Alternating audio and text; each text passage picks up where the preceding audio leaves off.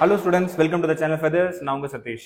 இன்னைக்கு நம்மளோட சேனலில் இந்த வீடியோவில் டிஎன் மெடிக்கல் செலெக்ஷன் .net அப்படிங்கிற வெப்சைட்டில் ஒரு நோட்டிஃபிகேஷன் வந்திருக்கு. இந்த நோட்டிஃபிகேஷன் எதுக்குன்னு பார்த்தீங்கன்னா, எம்பிபிஎஸ் நீங்கள் ஜாயின் பண்ணுறதுக்கு, கவுன்சிலிங் அட்டன் பண்ணுறதுக்கு என்னென்ன டாக்குமெண்ட்ஸ்லாம் தேவைப்படுது அப்படிங்கிற ஒரு நோட்டிஃபிகேஷன் ரிலீஸ் ஆயிருக்கு.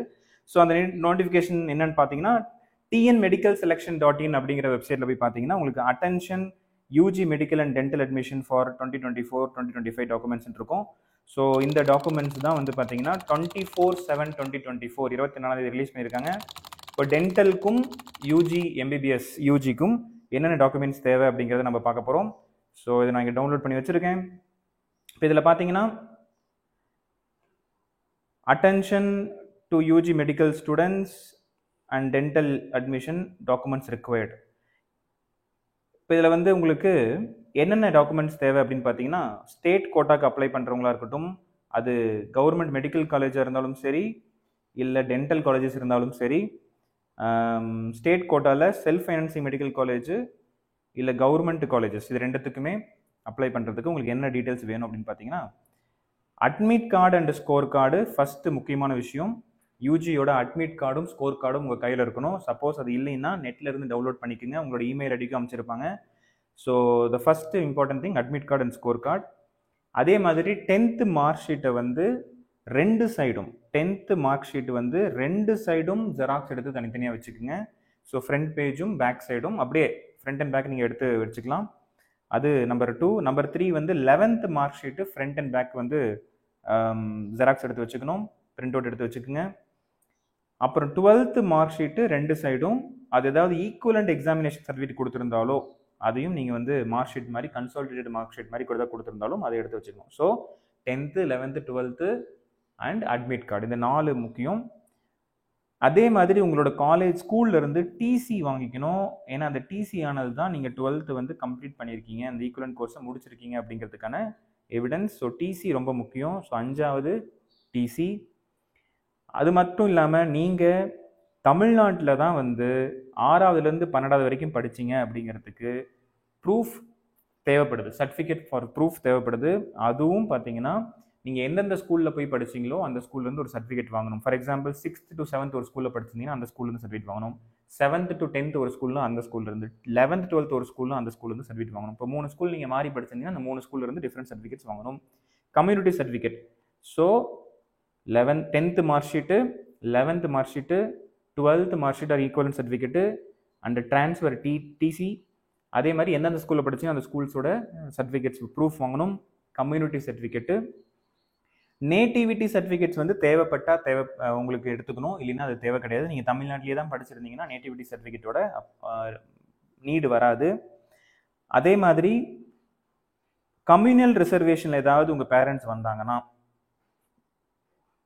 அவங்க வந்து ஒரு சர்டிஃபிகேட்ஸ் வாங்கணும். For example, documents of parents needed to be uploaded for candidate who claim their native as Tamil Nadu for communal reservation. Communal ரிசர்வேஷனுங்கிறது உங்களுக்கு தேவைப்பட்டுச்சுன்னா அந்த சர்டிஃபிகேட் வாங்கிக்கிங்க, இல்லைன்னா நீங்கள் மற்ற ஓபிசி கேட்டகரி தான் வரீங்க அப்படின்னா தேவை கிடையாது. ஸோ எஸ்சி எஸ்டி ஸ்டூடெண்ட்ஸுக்கான சர்டிஃபிகேட் உங்கள் கையில் இருந்துச்சுன்னா அது வாங்கிக்கணும், ஏன்னா உங்களுக்கு அப்போ தான் ரிசர்வேஷன் கிளைம் ஆகும்.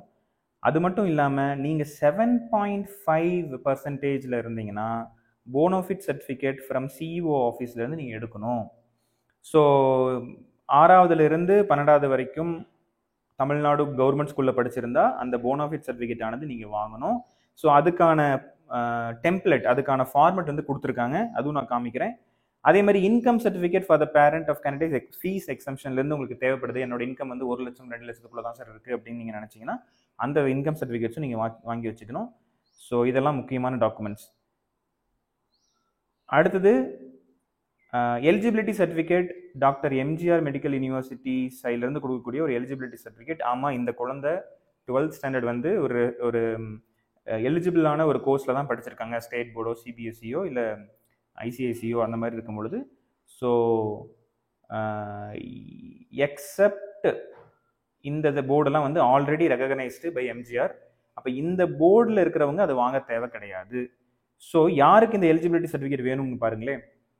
Eligibility certificate obtained from Tamil Nadu doctor MGR medical university Guindy Chennai for candidates for other universities or board except Tamil Nadu state board, CBSE board, ISCE board, இந்த போர்டில் இருக்கவங்களும் தேவை கிடையாது. ஸோ டிஃப்ரெண்ட் ஏதாவது ஒரு 12th ஸ்டாண்டர்டில் நீங்கள் ஒரு போர்டில் படிச்சிருந்தீங்கன்னா உங்களுக்கு eligibility certificate doctor MGR university medical யூனிவர்சிட்டிலேருந்து வாங்கணும். பட் இது மூணையும் படிச்சிருந்தீங்கன்னா, இந்த மூணுலேருந்து வந்திருந்தீங்கன்னா தேவை கிடையாது. ஸோ வேறு ஏதாவது பெக்யூலரான கோர்ட் கேஸ் ஏதாவது உங்ககிட்ட இருந்துச்சுனாலும், நீங்கள் ஏதாவது கோர்ட்டுக்கு போயிட்டு அதில் ஏதாவது ஜட்ஜ்மெண்ட் வாங்கியிருந்தீங்களும் அந்த இதுவும் அட்டாச் பண்ணி வச்சுக்கணும். அடிஷ்னல் சப்போர்ட்டிங் டாக்குமெண்ட்ஸ் ஏதாவது பிடபிள்யூடி ஃபார் எக்ஸாம்பிள், அந்த சர்டிஃபிகேட்ஸ் ஏதாவது இருந்துச்சுன்னா கையில் எடுத்து வச்சுக்கோங்க. இதெல்லாம் அடிஷ்னல் சர்டிஃபிகேட். அதே மாதிரி நீங்கள் மைனாரிட்டி கோட்டாவை வந்து எக்ஸ்பெக்ட் பண்ணுறீங்க அப்படின்னு நினச்சிங்கன்னா, ஸோ தெலுங்கு மைனாரிட்டி இருக்குது, மலையாள மைனாரிட்டி இருக்குது, அதே மாதிரி கிறிஸ்டியன் மைனாரிட்டி இருக்குது. இதெல்லாம் சிஎம்சி வெள்ளூர் காலேஜுக்கு தேவைப்படும்.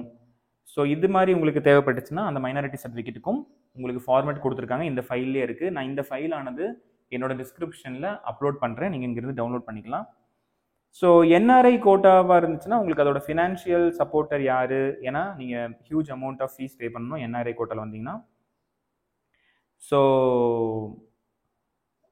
இந்த மாதிரி உங்களுக்கு NRI quota NRE non resident external, இப்போ இதோட பாஸ்புக் இதோட டீட்டெயில்ஸும் தேவைப்படுது. அப்போ இந்த என்ஆர்ஐ ஃபினான்ஷியல் சப்போர்ட்டருக்கும் அந்த கேண்டிடேட்டுக்கும் என்ன ரிலேஷன்ஷிப், இப்போ ஃபாதராக இருக்கலாம் இல்லை ரிலேட்டிவாக இருக்கலாம். ஸோ இது மூணும் என்ஆர்ஐ ஸ்டூடெண்ட்ஸுக்கான டீட்டெயில்ஸு.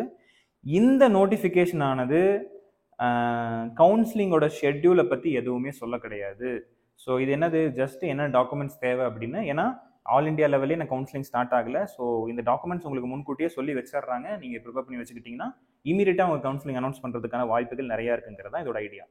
மைனாரிட்டி சர்டிஃபிகேட்டுக்கான ஃபார்மேட் பாருங்கள். உங்களோட நேம் இங்கே ஃபில் பண்ணணும், son of or daughter of, எந்த ஸ்டாண்டர்ட் எந்த ஸ்டாண்டர்ட் வரைக்கும் படிச்சிருக்கீங்க, அண்ட் எங்கே இன்ஸ்டியூட் லொக்கேட் ஆயிருக்கு, எந்த ரீஜனில் லொக்கேட் ஆயிருக்கு.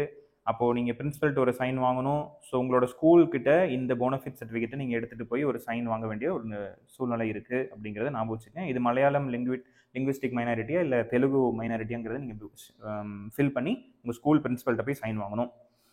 அதே மாதிரி ரிலீஜியஸ் மைனாரிட்டி சர்டிஃபிகேட்டாக இருக்கட்டும், இதுவும் பார்த்தீங்கன்னா நீங்கள் சிக்னேச்சர் பண்ணி அது பர்டிகுலர் எந்த ஆஃபீஸரோ அந்த ஆஃபீஸர்கிட்ட நீங்கள் சைன் வாங்கணும்.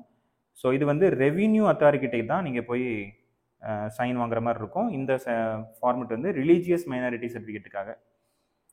ஸோ அடுத்தது Tamil Nadu admission to under graduate medicine, Indian medicine, homeopathy.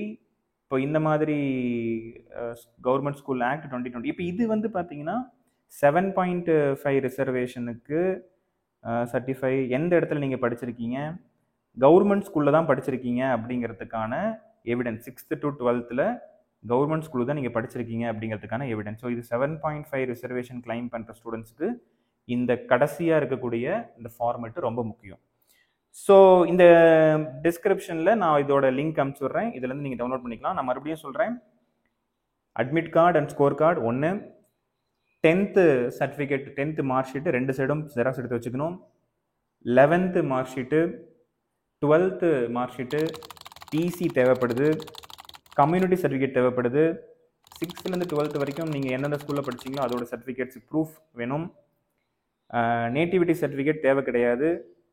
அதே மாதிரி நீங்கள் எஸ்சி எஸ்டி ரிசர்வேஷனில் இருக்குதுன்னா உங்களுக்கான அந்த சர்டிஃபிகேட் வந்து கையில் வச்சுருக்கணும். அது மட்டும் இல்லாமல் 7.5 இருந்தால் இந்த போனஃபிட் சர்டிஃபிகேட்டு, அப்புறம் பேரண்ட்டோட இன்கம் தேவை, அப்புறம் ரொம்ப பேசிக்காக இருக்கக்கூடிய ஆதார் கார்டு கையில் வச்சுக்கோங்க. இது எல்லாமே இருந்தால் போதுமானது நீங்கள் எம்பிபிஎஸ் கவுன்சிலிங் அட்டன் பண்ணுறதுக்கு. ஸோ வேற ஒரு முக்கியமான வீடியோவில் சந்திக்கிறேன். until then, bye.